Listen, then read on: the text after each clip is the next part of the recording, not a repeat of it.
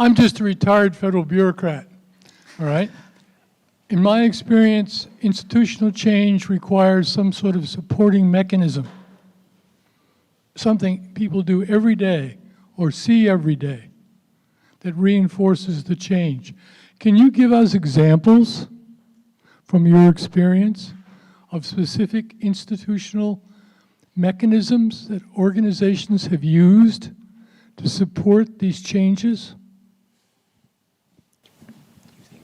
Yeah, we both can probably come up with some. So partly the obvious things that organizations do are part of this. So the policies, the codes of ethics, reward systems, discipline, all those kinds of things are important.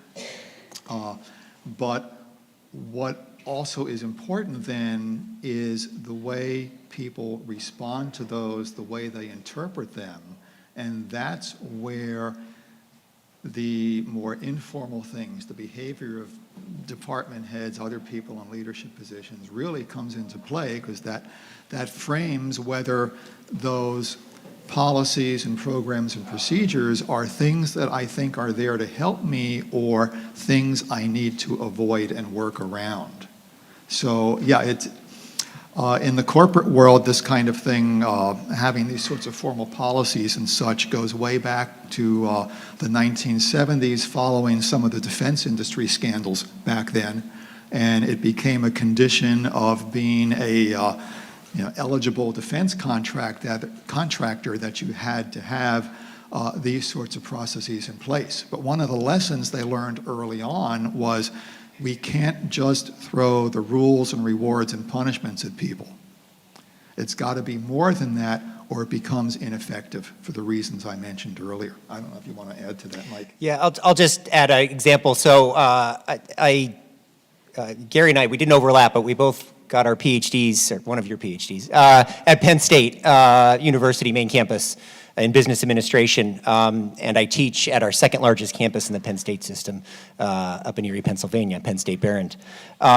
We had an incident some years ago, many of you might be familiar with our football program at the main campus, right? Yeah. Chuckle, yeah, unfortunately, you are. And that was very painful, even though we're almost 200 miles away. We don't have a football team at my campus, but we all identified as one university. And that was a very painful chapter because it really was someone who was a hero in the organization. Joe Paterno was the head coach, and I still believe him to be a decent person. I don't think he tried covering up something or anything like that, but his legacy was forever tarnished as a result of that.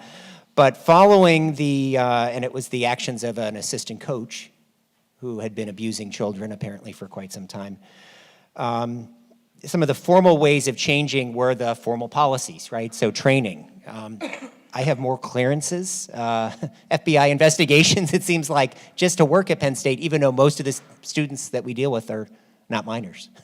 But there could be minors on campus. So the level of compliance, I think, is as high as you would expect now in the church, where I volunteer and coach youth sports through our diocesan's athletic program. I'm clearanced out, you know.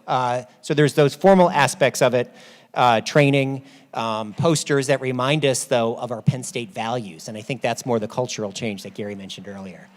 Those visible reminders when I go in the copy room about who we are, not just we need to do this so we don't get in trouble.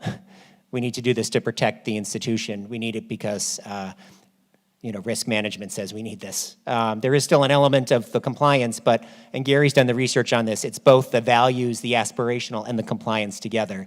And that's the message. I go back, I'm a leadership guy. That's leadership, right? Leaders are the ones talking about it, communicating it, reinforcing it, that we're doing this not just to protect the institution, we're doing because it makes us a better institution. Of who we want to be and what we stand for. Not what we not want to do. It's not the Ten Commandments.